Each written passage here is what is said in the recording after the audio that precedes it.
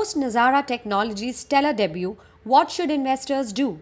Big bull Rakesh Jhunjhunwala backed Nazara Technologies has made a stellar debut on the stock market. The stock debuted 80% higher at the opening bell but failed to hold on to its sizzle and ended the day with a gain of 43% compared to the IPO price of 1,101 rupees. So what's the future growth strategy? Nazara is capitalizing on momentum within mobile gaming and the kids learning arena and expanding its portfolio to capture significantly larger user bases in terms of daily active users and monthly active users. The fragmented nature of the gaming industry implies a large potential for lots of M&A opportunities for a company like Nazara, which has actively scouting acquisitions to scale the business. Nazara's portfolio has been built largely through acquisitions and includes market-leading brands such as Norwin in 2018 and Kiddopia in 2020.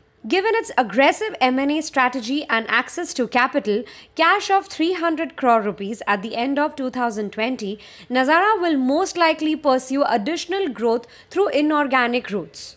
Esports, where skilled video gamers compete in tournaments for championships and large cash prizes, is gaining traction. The space has carved out an interesting niche in the gaming industry and is disrupting the traditional sports and entertainment market. Nazara holds around 80% stake in the domestic esports market through its subsidiary Norwin Gaming. Being an early mover and a dominant player, Nazara has significant competitive advantage in the esports segment.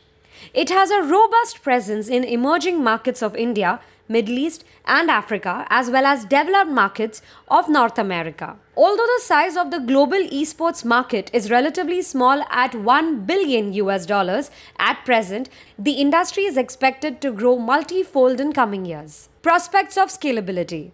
Just before the IPO, Norwin Gaming, a subsidiary of Nazara Technologies, raised 164 crore rupees from PUBG creator Krafton.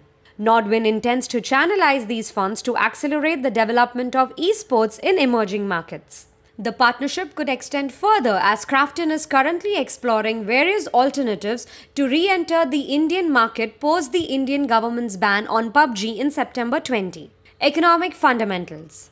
Nazara Technologies' revenue trend has been marked by volatility. While its revenue stood at 190 crore rupees in FY17, it dropped to 171 crore rupees in FY18, remained almost at the same level in the next financial year, and then rose to 248 crore rupees for FY20. In the first half of the current fiscal year, the company saw a steady revenue of 201 crore rupees. Its EBITDA margin plummeting from 26.2% in FY18 to minus 2.3% in FY20. In the first half of FY21, it is around 3%.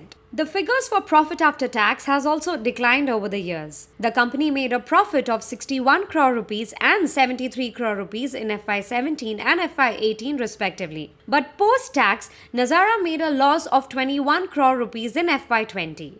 So what are the key risks? Achieving longevity in the gaming market is a challenging task and requires constant upgradation and innovation through R&D and investments. Moreover, the user acquisition and retention in the gaming industry is incredibly hard and probably the biggest barrier to success for any player operating in the industry. So what should investors do? At present, Nazara is valued at $1 billion, which appears minuscule considering the multi-billion-dollar opportunity in the gaming learning market. The market for global gaming was valued at $174.9 billion in 2020. Short-term investors may look to cash in listing gains as the shares aren't cheap by conventional means. In contrast, long-term investors should rather focus on the size of the total addressable market for the business.